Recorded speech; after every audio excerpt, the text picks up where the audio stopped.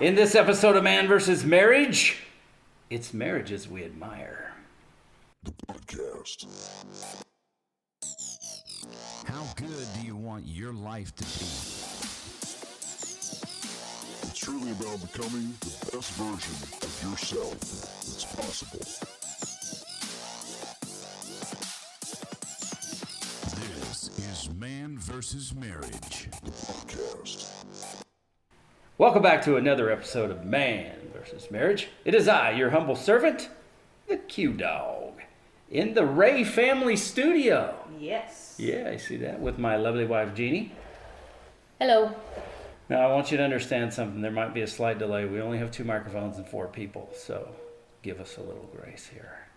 And the Ray family, Mr. Jeff, Mrs. Candice.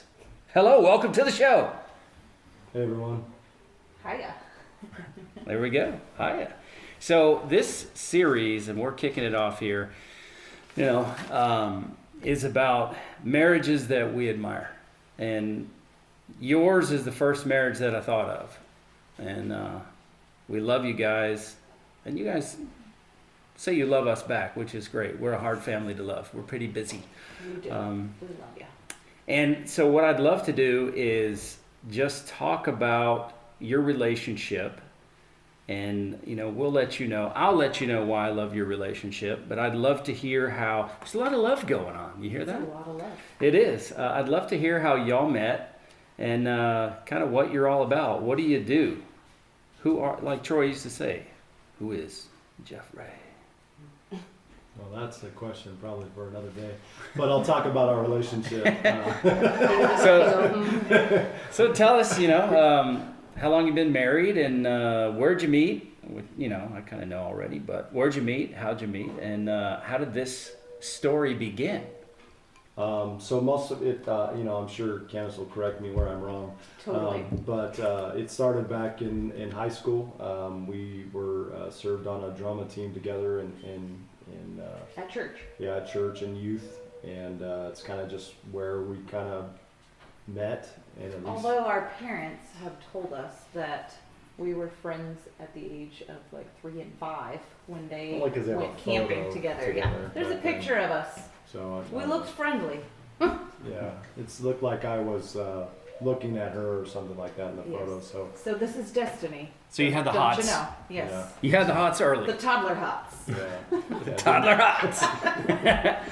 But then ultimately it was in high school on the drama team that we kind of, it really started. We were at a church doing some drama stuff. Yeah, we traveled around. Me and a friend of mine went down to like a creek that was there and found some frogs there, and we just took them and then went to try to give them to people.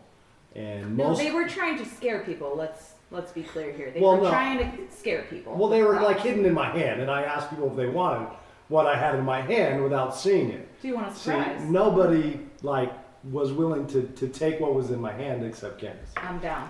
So that's Give me all kind of surprises. where. I think he expected me to be like, "Ah!" And I was like, oh, cool. I'll keep him. I'll name him Jeff. And he's like, okay, all right. So that's kind of where That's it all how it started. started. It Oh, started and with then- a frog. And then I drove my car up there because I had to work, and so somebody else got her to kick the tires on my car to make my alarm go off. We that thought type that of it was thing, going to make him angry, so- but it did didn't. not. Frogs and alarms. So, Yeah. No, but now the charming thing makes a whole lot of sense. Yeah. So that's kind of where it all started. We built a friendship from there. Yes, absolutely. We were best of friends. in high school, and we've been together since kind of since 1997. 6. I think it was No, 96. 97. 97. Anyways, May of 97. we've been together a quarter of Long a time. century. So That's a And- minute. We've lost a few of the details. So we ultimately dated for like 4 years before Yeah. we ended up getting married. He proposed to me on the legal day I turned 18. Her 18th birthday. But that was 4-year journey there dating until Yeah. she turned 18. Or Some 3 would and a say half. we rushed into this, And and, then, we would say it couldn't happen fast enough. You rushed into this with 4 years. Yes, because I was so young. We dated 6 months, and I had an engagement ring, and we only waited a year because I wanted a certain date. We didn't. Wow, they rushed. We rushed it. We must have skipped a bunch of steps. Maybe they were talking to the same people that said we shouldn't get married. I don't know. Oh, a few people told us we shouldn't get married too. Us We were too too. young. Yeah. It was infatuation. Is that what they told you? Yes. Yeah. So They're it like, wasn't that's love. not, you don't know what love is. It's just infatuation. And I was like, okay, we'll see. I was too rebellious for him, so we understand.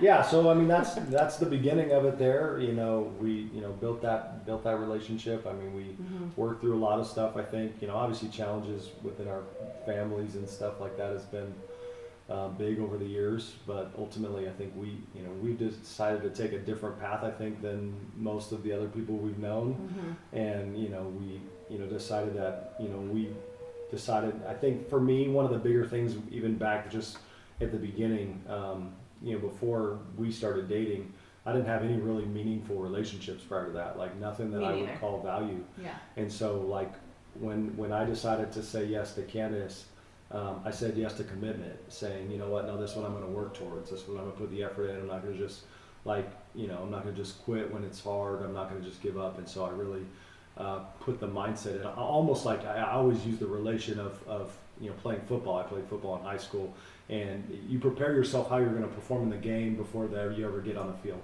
Yeah. And so I pretty much the same thing is when I chose to step into this relationship. I was going to give it my all. I was going to put all my effort in. I wasn't going to give up. I was going to give the amount of effort and energy I would if I was playing like a sport of football. And I just and I knew, and I changed my mindset before I got into it, which ultimately helped when we dealt with situations, or we walked through things, or things weren't always easy or whatever. And it really helped me kind of understand the different mindset. It wasn't just like how I felt at a time or whatever. It was, this one's worth it. This relationship's worth it. I'm gonna commit to it. And I'm gonna go through the long haul. And then ultimately it really benefited the relationship and the commitment level and the loyalty to the relationship, which is Yeah, I think ultimately. mindset versus emotions is everything, like in relationship. Like he talks about how he went in with like the commitment mindset, and I would say like relationships, it's not about convenience, like it's about commitment, and it's about your mindset and your determinedness determinedness to figure things out. And it's not just about what feels good at the time or what works out well for you. It's about what is best for the relationship and what's best for the future. So I think for us and for our marriage, like mindset has been everything. That's like what we've built our marriage on, is like the right mindset. Yeah. And at the beginning, and throughout, I mean, over the years, we made a commitment to each other to not use commitment against each other. Yeah. A lot of people come to the thing, well, to using the divorce word or something like that. We've chosen we're never going to use We're not gonna that make our threats. commitment towards each other against to in a sense maybe threaten or manipulate the other person to get what we want. And so because we've done that, nothing's ever came on the table that we're giving up and we're stopping, or that unless I get my way or unless I feel this way or whatever. We've never brought that to the table, where we've always been, hey, we're in this together. We're going to work this out. We're going to push through. We're going to do whatever we need to do to help, walk through this together. We might be fighting, but, we're going to be fighting for each other and for our relationship and for our commitment and for our family to get to the other side, not just clashing against, even though we might not see things the same. We battle still of the are wills. working to get through this. Yeah. Yeah.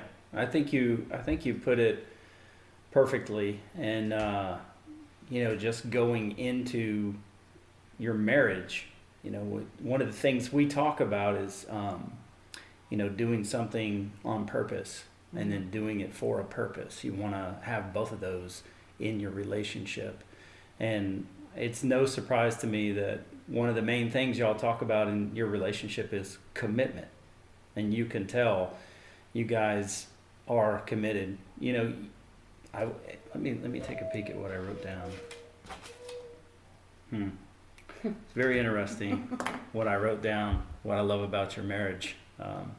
So you have, you both have careers, you have a family.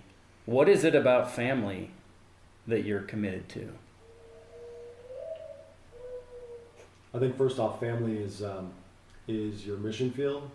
I think that's something Candice kind of has owned, and it's something she's, because especially in the beginning, a lot of those formative years, you are the person that's training your kids and teaching your kids, and I think we've taken that of like, no, like this is our primary responsibility is to show our kids how to live, teach them who they are, remind them of who they are, help them understand that God created them for a purpose, God created them, with uniqueness and all kinds of stuff, but ultimately not get lost in, what the world or other people say they are, but ultimately having them remember who, and ultimately like that's our primary discipleship, right? That's where we're training up the next generation of world changers. That's where we get to pass down the mindset. And ultimately where our ground floor or our top level can be their ground floor. Yeah. And they go from where we kind of have built, they can continue from there and not have to rebuild what we've already built. So it's big there. Obviously our family is real important, and just no career, no extracurricular, nothing else matters more than the people that we raise. Like that's it. That's a good word. Yeah, and so to me it's real important, and I think the other thing for us is for us to live it, be the example, because unfortunately, probably all of us have known people that say stuff and whatnot, but they don't always follow through with what they do in their actions, and so we've tried to be really intentional with our family that they not only hear it from us, but they see it in action, and they know that, hey, no, this is what we've done it over the years with our investment in young people and working with young adults and all kinds of different stuff where, our kids got to see firsthand our investment and how, we disciple and we care about people. And then when it came around to our own children and having those conversations, it was very natural for them because they'd seen us have those conversations with other people. It's not mind-blowing when we tell them things because they're like, oh, okay, yeah, we know. We've seen that before. So, and it just seems like for them, like they accept it a lot, Yeah, they accept it as truth because they see it walked out daily. And they just, and they don't hesitate with, understanding that, since we've done that from the beginning, that showing them how important that their existence is, and that God created them uniquely and stuff, and has, a purpose for them and stuff. It just clicks. It's funny, like when. Last year when they were doing distance learning and a teacher was trying to teach them something that doesn't fall in line with what we believe, and he's just like, that's not right, like, and JC goes back to school. It's so funny, she goes back to school. JC is our 10-year-old, the baby. Yeah, but she goes back to school and the teacher starts talking about something. She raises her hand. That's not right. I'm not sure that's accurate. Yeah. This is so and so. She's like, if you just open the Bible, you see her. No, she said, crack the book. You ought to crack the book. We were like, oh, true, but maybe we got to teach them a little presentation. Presentation some tact. So it's but that's it's awesome though to see that our kids have confidence in the things that we believe. Yeah, and it's so lacking, I think, in society. There's such a lack of confidence in what you believe because there is so many things out there that the world contradicts, and even like religion will contradict too. And it's just like, I think our kids have a good understanding of like what is truth and what we value, because it lines up with how we live out our day-to-day lives, what we prioritize, and it's family, it's faith, it's health. And I think like when all those things line up, they become very secure people in who they are and what they believe. Yeah. And I think that's the most powerful thing in this world, is somebody who knows who they are, knows what they believe, and can walk out their life with confidence. So I feel like we're not completely failing in that area. I don't think you're failing at all in that area. But I think we all wonder. Well, maybe not. You probably do not wonder if you fail. That's a me thing. Probably. That's a mom thing, I think, too. But it's. I wonder.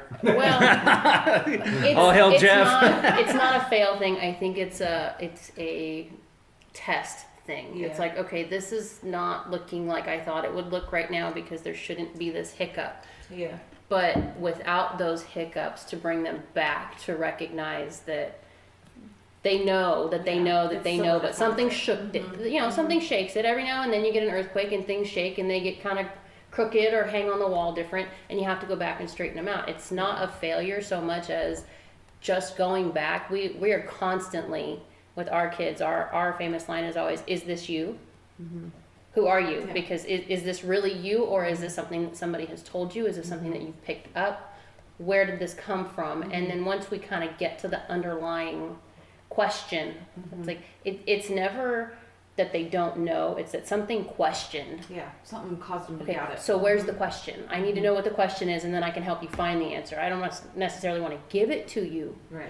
but they have enough foundation that they can usually pull the answer for themselves, but they need someone else to question the question. Does that make sense? Yeah. That's good insight. Yeah.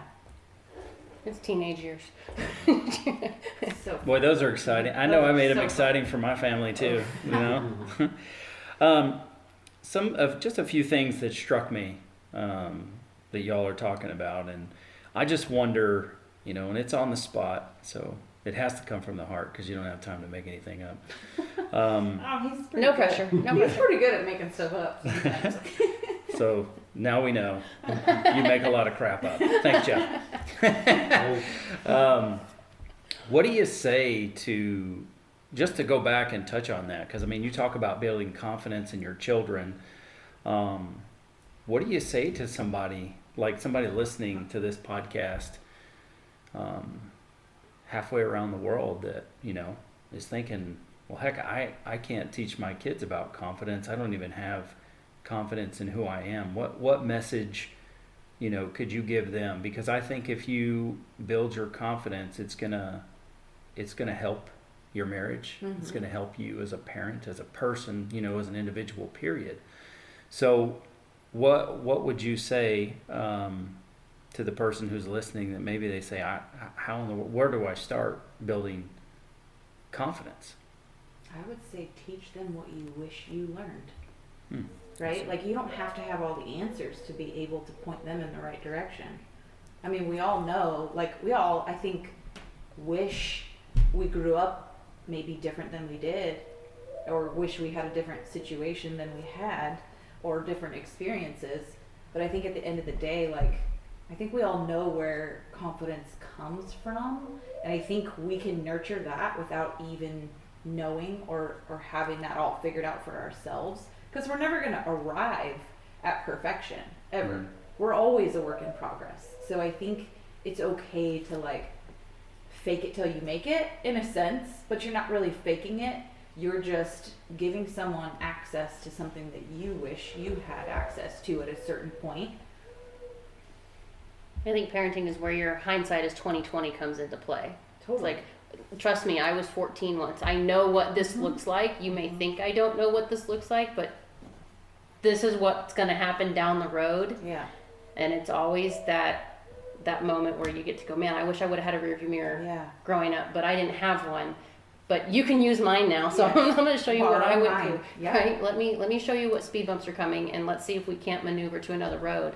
I think that's where a lot of hang-ups come for some people. I don't think they use the rear view when they have the opportunity to. They just decide, I'm going to go past my past and never look back. But if you don't, how do you teach someone Yeah. not to make the same mistake? Yeah. I think absolutely, like, you have to look back to know how to navigate moving forward, right? You can't just ignore what's happened back there, because it matters. It changes who you are, and that's not always a bad thing. Like, that can be a great thing, you know? And I think too, for parents who might be lacking confidence personally, it's amazing what you learn when you're teaching your kids about something that Yeah. maybe you don't have figured out. But if you're sitting with your kid and you're having a conversation about being confident in who they are and making decisions and being bold and standing up for what you believe in, you're hearing what you're telling your kids too. So guess what? Like, parenting your kids is going to grow you as an individual, as a person, Yeah. every time. So even if you don't have all the confidence in the world, like if you nurture that in your own kids, you will gain it too for yourself, just as a byproduct. So I kind of just, now that I've had time to think about it, because Candice jumped on that for me.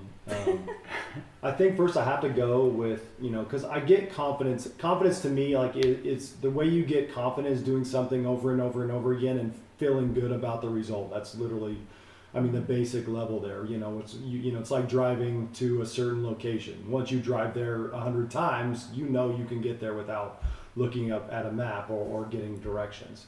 But I think, one of my first things I have to go is one, I have to understand my identity is found in my relationship with Jesus Christ. Yeah. And I think if we look in like Ephesians and we understand our identity, that it's and we remind ourselves of that, right? Over and over, because so many times throughout life, then not just, we want to remember the truth that's in the Bible, or we want to remember that, but then all the lies that we heard growing up, or all the things that we were told, and all the labels and stuff that maybe got put on us, clouded that truth for us, and we don't quite see it or believe it for ourselves. So ultimately, confidence comes in first knowing who you are, and if as a child of God, knowing who you are in through your relationship with God and through Jesus, and ultimately after you understand that, I think that's the only way you can really find confidence in anything else, because otherwise you're still kind of lost and wandering. You know what I mean? You're trying to find yourself. You're trying to define yourself through everyone else or everybody else or what everybody says or people say. And so I think where it really comes is once you kind of know that, and you begin to say, well, I'm gonna be solid on this, and you start to less and less focus on what everybody else think. Now you're driving in your lane and you're focusing on your lane. You're not trying to not hit all the other cars and not to avoid anybody else. You're just, no, this is my lane. This is what God put me in. And you can do the same things, and you can do the things to remind yourself, no, like I can do this. I did it last time. I can do it again and stuff. And you help build that inside of you. And I think for our kids, this is the biggest thing is, like we talk about, we remind them of who they are, not remind them of the mistakes they make constantly. It's not what you've done. We know they make mistakes, but we remind them when we go back to who they are. And when you do that, it builds confidence in their mind of who they are. And the same type of thing for me. My confidence is found in my relationship with Christ, and my identity is found in Christ. So if I have that, then nothing else is it. Even negativity things or people say and whatever, I have confidence in who I am, so I'm not really worried about what other people say, And so I think that's really one of those things, and to have that in a relationship is the same type of thing. It's like, no, like I know that investing in our relationship and being a support and working together and stuff builds confidence that our relationship's going to stand the test of time. It's going to work through the stuff. It's going to, because time and time again, when we've committed to that and when we've invested in that, on the other side, it's worked out and it's benefited. So it's been good and it's worked out. So now I even have more confidence. I always just use it's like it's like either an investment in a bank. You can't ever get interest if you don't put money in there, right? And or you don't build a bridge by putting blocks in the middle of water. You build a bridge by building up each side till it meets in the middle. So ultimately, as you're putting stuff and you're putting stuff together and you're trusting and you're committing to things, you're building those blocks up and they're coming up on each side as each one of you is doing your part to really connect and build that bridge of trust. And ultimately you come into a level, and I think once you see that it works, that the bridge holds, and that you can walk across it back and forth, and and it's strong and it can withstand the test of time, then ultimately you believe in the system, aka the confidence that you have in the process. And so I just think that's, yes, I know some people it's confidence is easier to, and it's a lot of, like for me it's probably because I don't as much mind, I'm not bothered so much by what people think. Other people, that is a harder challenge, so I understand people, that. AKA me. Well, I was going Me to too. ask you that, because Quincy and I have this thing where we've given each other permission, and we actually had to have a conversation where we gave each other permission to say, if I'm not acting like me, or if my confidence gets rocked, because I go through depression on a pretty consistent basis with certain things. And, obviously living in a special needs house, there are moments. Yeah. And when that rocks me, I gave him permission to tell me or to do certain things that pull me back and remind Pull me. you up. So exactly, what do you two have between you that you've agreed on, where when one gets knocked down or something comes against you, that you do to help the other one get up? Samesies almost. Really. He calls me out all the time. He's laughing. He does. Because I have like a deep-rooted like people pleaser inside of me. Oh Lord, preach, preach, sister. And he will literally be like, "Who are you aiming to please here?" It's a good word. Yeah. So we question each other, I think, quite often. I think for me, sometimes I have to kind of rein him in from overconfidence. Because he literally just... It's no such thing. Well... He exudes confidence. I agree. Yeah, but there are times and moments where I'm just like, maybe you don't have the right answer all the time. And he's like, You don't know that. really? I'm confident I do. So I feel like we balance each other out well, because I will question him where someone should. I always tell people, like, it's my God-given duty to at least question him sometimes, because no one else does, just because he exudes this sort of like confidence with everything that he says and does. And I'm always like, are you sure? Are you really sure? Are you making that up? So I will question him, I think, just really. You don't like, know, I'm not telling you. poking fun. Poking fun. But like someone should question him. And then if I'm questioning myself, he will usually come in and be like, I think you should just do it. I think you should just make the decision and do it.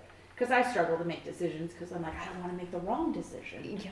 And he's like, well, not making a decision at all is probably your worst case scenario. So I would just make a decision and go with it. Yeah. So I think we bounce off of each other well, almost like the iron sharpens iron thing, where, you know, it doesn't always feel good. Like, it's not always comfortable Right. when you're sharpening each other. But at the end of the day, that's what makes you better. So we've agreed to make each other better. And I think we kind of we stand as a support role too, substantially. You know, where if you know one is facing something more than the other one of us just kind of automatically goes into gear and makes up the difference. And I think that's just a huge thing. We don't ever keep a tally sheet. We don't ever, you know, it's one of those things. Like I always, you know, I kind of tell people, it's like, hey, if you see something that can get done and you have the time to get it done, like do it. You know, or you see a need and you can meet it, then meet it. It's just kind of a service kind of mindset of like way you can serve each other, you know. And ultimately, it just, you don't know how much that might bless them, you know, because if you're able to do the dishes and they didn't have time because they were rushing out the door to go to work and stuff, now, you know, but ultimately you had a few extra minutes and you were able to get that done. That really helped them. And so, you know, I think we do have that mindset where a lot of times we're trying to just, you know, to serve, and if we have the time and stuff, we get it done. And I think that helps make up the difference, you know, when you come up short one way or another. So That's a good word. It's a really good word. And, you know, that's, it all goes to prove me right why I admire your marriage. So I love being right, by the way. Yeah, he does. It's not often, but I love that you touched on your foundation being your faith and your faith in Jesus Christ. And, you know, I often tell people, it's funny because when you tell somebody you got a marriage podcast, it's, oh, well, my church this or that. And it's like, Jeannie and I are Christians, but we don't do a Christian podcast. We talk about faith from time to time. Obviously, it's the core of who I am, but I really appreciate you bringing that up, because I do believe that's foundational to having confidence and knowing. And I come from a background in the South where, you know, in the Bible Belt, it's like, you're really a piece of crap. That's the mindset that seems to be beat into us in the church that I was in. So it was a struggle for me to have confidence that I was good enough for God, or however you want to put it. And not pick on the things that I was doing wrong or where I fell short, because I had kind of believed that's where God focused based on every message I got on Sundays. And fortunately, I've been delivered from that particular mindset to really catch the heart of God, and that He's for you. Yeah. He's got a great plan for you, and that He didn't make you for a reason, and that reason is to affect something here on earth, because you, as His child, are His glory on the earth, and He's Yeah. got something great for you to do. Whether it's on a stage, speaking to millions, or just impacting another human being. Yeah. You Just can't, one. yeah, That's enough. you can't lose sight of how valuable one life is. Yeah, You know? 100%. And so I really appreciate both of you sharing that your faith is the foundation for you, especially where it comes in confidence, because usually religion or faith doesn't go hand in hand with confidence. Yeah. Where I grew up, Yeah. you know what I'm saying? It's just, and maybe that was just my interpretation, but there's only so many times you can hear that you're a filthy rag or lower than a worm and all these other things, and then develop a complex. Yeah. Yeah. You think? Yeah. But I love that you said, knowing who you are, because that was I listened to this guy, Ed Milet, and he talked about building confidence, which number one is knowing who you are. Number two is what do you stand for, which y'all covered well. And then what are you made of? And you're covering that well. And that helped me, because I was a person on the outside that would seem highly confident, but I just lacked in confidence horribly.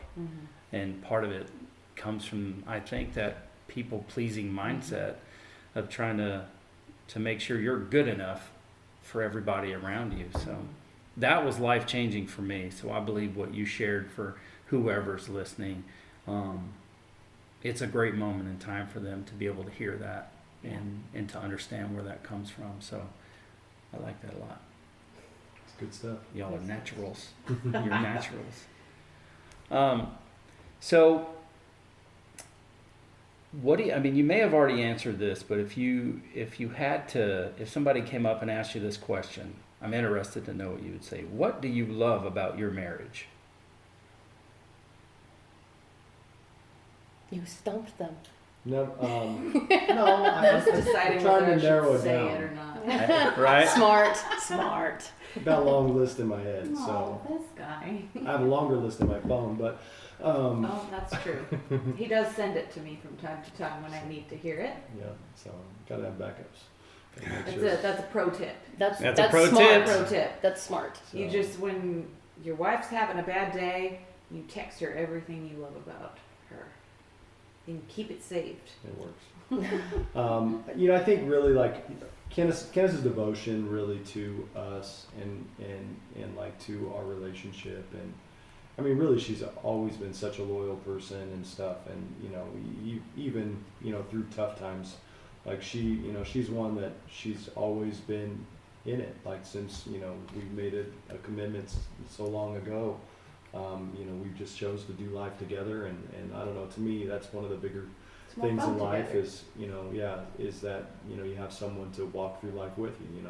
A journey's obviously not as enjoyable by yourself as it is with somebody else, and so whether all the different stuff we've been through, whether it's ministry, whether it's raising our children, whether it's whatever the Lord had for us, missions trips and ministry school, and no matter what it was always more enjoyable when we got to do it together. So Yeah. I just We find ways to do things together, yeah. And some people will be like, what, you did that together? And we're like, yes, duh. Like, why wouldn't you? Yeah, exactly. Some people But have a like- hard time figuring that I out. know. Yeah, it's like you want to spend time with your husband. Yeah, it's actually kind of my favorite person to spend Uh-huh. time with. So Yeah. Yeah. I think that's probably our favorite thing, is just doing stuff together. Pretty simple.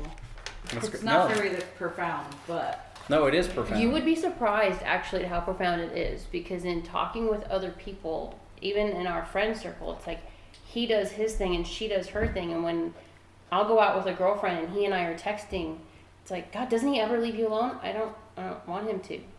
Like, yeah. he's just making sure I'm having a good time, and Yeah. letting me know that he's thinking about me and he wants me to go have fun, and when I get back, he's got plans for us to go do something together. It's like, Yeah. you don't do that? Like, it's not normal to other people to, I guess not. it's weird. But I'm confused because Right? we don't need a break from each other. No. Some No. people will talk about how like it's healthy for you to have hobbies apart from each other. And I would disagree totally. I would absolutely disagree. Like, not saying that it's not okay, But I don't need that. Like, I don't need time away from my favorite human. Yeah. Right. It's kind of like sometimes I think people assume that your identity is in your spouse. So without them, it's like, do you not know how to be just you? Of course I do. I But do. I'm a better me with him. I do. But I prefer, Yeah, I'm I'm with a him. better version of me when he's around because he balances out Yeah, the weird. yeah. I mean, for me, it's the weird or the angry. It's usually him that picks up the slack on that side. But Yeah. I'd never understood Mm-hmm. like not wanting to hang out. Yeah, when you find That's how we someone started. who will champion you in whatever you do, you want to hang out with that person. Yeah. Mhm. I agree. I love it. Lots of love going on. So much love. So much love. So what? I mean, this is a very broad question as we're wrapping up. But somebody who's listening, I mean, the amount of emails I got when this podcast started from men who were separating from their wife, it was terrible. And I mean that is what absolutely threw me into overdrive to do this podcast, which was, is there one more relationship that I could affect just by sharing my journey? What advice do y'all give, or would you give for somebody who's struggling, say, to communicate with their spouse? What's another pro tip?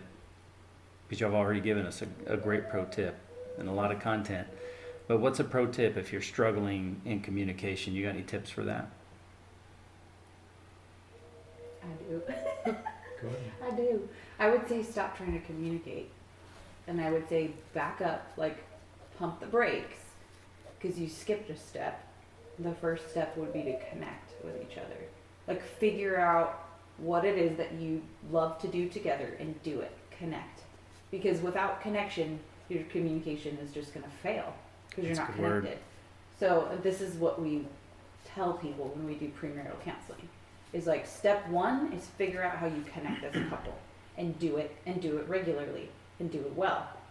Then you can try to figure out how to work on improving communication, and then you can figure out how to like manage conflict. But you can't do it in a reverse order. You're never going to solve conflict if you can't communicate and you're not connected. Like it just won't work.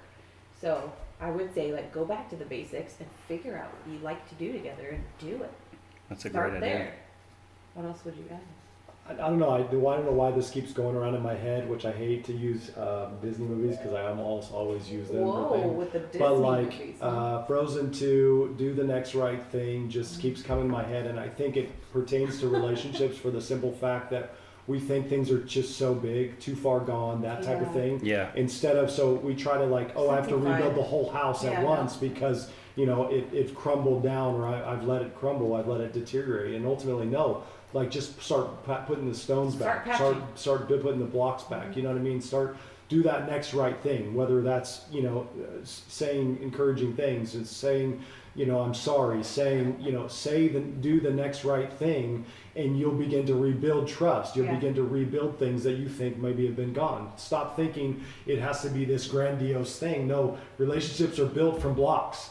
Little blocks of trust, little blocks of investment, little time, time and energy, and that's how Start investments. doing the little Investments things again. don't come at $10,000 a thing in your bank account. No, they come with $25 here, $100 here. That's how you build up savings. It's like, oh, I got a $10,000 check, boom. Like, no, that's not how relationships work. It's the small investments over and over that you let in there and let them build interest and let them compound, and ultimately then you can go. So it's just, I don't know why that's the thing, but do the next right thing. It's just, I think we make it too big, where it's like, that's too far gone. I can't It's really do overwhelming. anything. And you're just like, well, I don't even know what to do. So we either freeze or we stop or we run away. Yeah. And I just think, if we make choices saying doing the next right thing and next investment, saying I'm sorry, doing something to help Connect in a small rebuild way. and Yeah. connect Yeah. and communicate, you can rebuild anything, You can. and ultimately I have to say, because I just know anything's possible with God. Ultimately, Yes. if somebody's willing to say, God, I've tried it my own way and it's not worked. I want to offer my marriage to you, and I want to offer my Well, that'll relationship to change you. everything. And ultimately can make a life and death difference and ultimately, especially if two people are willing to do that. Oh, And dang. even if they haven't at that point and they're willing to say, okay, God, like we've tried it and all we've done is broken. But maybe God, since this is your design, you can make something beautiful out of this brokenness, which I've been working with people long enough to watch how beautiful things grow. Absolutely. Out of crap. Yeah, out of crap in the midst of that. And I just, that's the kind of God he is. Yeah. And it's his design. Marriage was his design. Bringing two people together was his design. And so ultimately, if someone's willing to humble themselves and say, okay, God, like I want to let you into this relationship, and I want to help me rebuild or help build or rebuild, what maybe has been broken or lost, and I think a lot of things are possible there. Yeah. And I think that the not giving up, not choosing, not choosing to run or hide from pain or brokenness, because Yes. it's usually in those moments that we actually grow the most. Yeah. And It's the most of us uncomfortable, is revealed, like a lot of times, like our authenticity and vulnerability comes to that, where ultimately people can connect to you, and maybe you've been hard or tough, or you let something get in the way of that authenticness in that brokenness or that vulnerability that really comes out, where people can begin to trust again and build again. And so I just think there's a lot there to do, and it's a mindset of this is worth it. Yeah. I always tell people too, and this is one of the bigger things, is a lot of times people, that are in relationships for 5, 10, 15 years, and then they just walk away and go after another relationship. And it's like, you put all this money into this account over the years, and just think of the hours. I always tell them, hours, money, and time, energy, and emotions you put in. How much do you think you got invested there? And then, like I said, you're willing to let that bank, just let the government have that bank. That's the best way. Away. And walk away for this $100 deposit in a new bank account. Really? Like that's. So I try to get people, because that's different. It's like, wait a minute, no, I've invested 10 years and $150,000, and this. You're not going to walk away from an investment like that. That's right. So if you really calculate the investment, it's like it's probably worth salvaging. It's probably worth working towards, as opposed to, let me go open a new Chase bank account over here with my $100. No, I got $150,000 here, and I got 15 years of emotions and energy and time. Like, you can't just replace that, by opening a new account. That's right. So I think it just, helping remind people of that, like, you shouldn't be willing to give up. So just like you wouldn't if it was a bank account with all that money and time and energy into it, you shouldn't want to do that with a relationship either. Yeah. I totally agree. That is a good word. And, a lot of times for guys, when you put it in the context of finances, it does make a lot of sense. Mm-hmm. So that's a great word. Before the podcast, I was just jotting down some notes. And the thing that I wrote that I loved about your marriage is I love your commitment to each other and your family. You guys really just did the show for me. Commitment, it's all over there, and it just can't be understated. The True. commitment to follow through what you started, it cannot be understated. And the show it's been a great show, and a lot of great things to take away for our audience. And people listen all over the world from all different types of cultures, and I know you've made an impact, the both of you, on them today. So from my heart, I really appreciate the both of you doing this, and I hope we can do it again sometime. There's plenty more to talk about. I know the guy who runs the show, so he could probably work it out if he Put wants in a to. good word. Yeah, I'm committed to doing that, by the way. Well, anything else you want to share? I just commitment. Like I said, if that's something that's a challenge for you, I really want you to begin to think about maybe your faith journey, because I can't say that commitment is possible without my faith. Because ultimately we're too selfish without our faith. Our faith is really what helps us to commit to things that aren't selfish. Outside of You ourselves, know, yeah. and so I think when we want to commit to a relationship with another person and commit to our kids and our families and stuff, ultimately it's choosing to be selfless.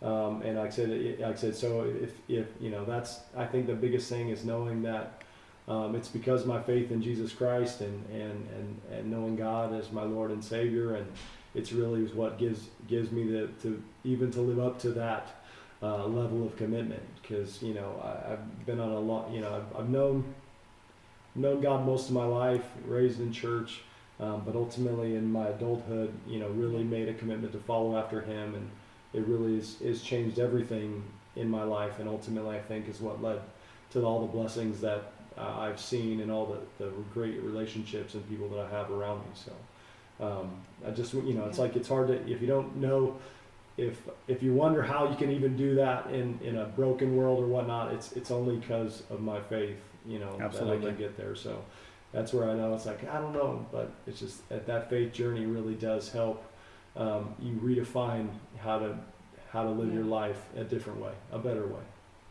That's excellent. I think that's a great word. I should ask you before the show how people can reach out to you. I don't even know if you want people to. But they can get to you through us if they want to. Yeah, that's fine. And then if you do have even an email for the church or something, we can put it in the show notes. But we at Man vs. Marriage have new email addresses because we needed to make it easier on people, because it was a mouthful before. I mean, the email address is a mouthful now. But it's Quincy at mvsmpodcast.com, and it's Jeannie, and I'll spell Jeannie for you. Some people still have trouble saying Jeannie's name. They call her Jean. JEANNE at mvsmpodcast.com. And I just want to take a minute to say thank you to the various countries that downloaded the last episode I was looking over. So obviously America, Australia, Canada, India, New Zealand, Nigeria, Poland, Siberia, and the United Arab Emirates. Thank you for getting in on Man vs. Marriage. And if you want to reach out to Jeff or Candice, you have a question about anything or a comment for any of the encouragement they gave you, just email us, okay? You can always go to manvsmarriagepodcast.com and become a subscriber. But for now, for the Ray family, for Jeannie, and for Quincy the Q-diggity dog, this is Man vs. Marriage. The podcast. How good do you want your life to be? You gotta live on purpose, for a purpose. It's truly about becoming the best version of yourself that's possible. This is Man vs. Marriage, the podcast.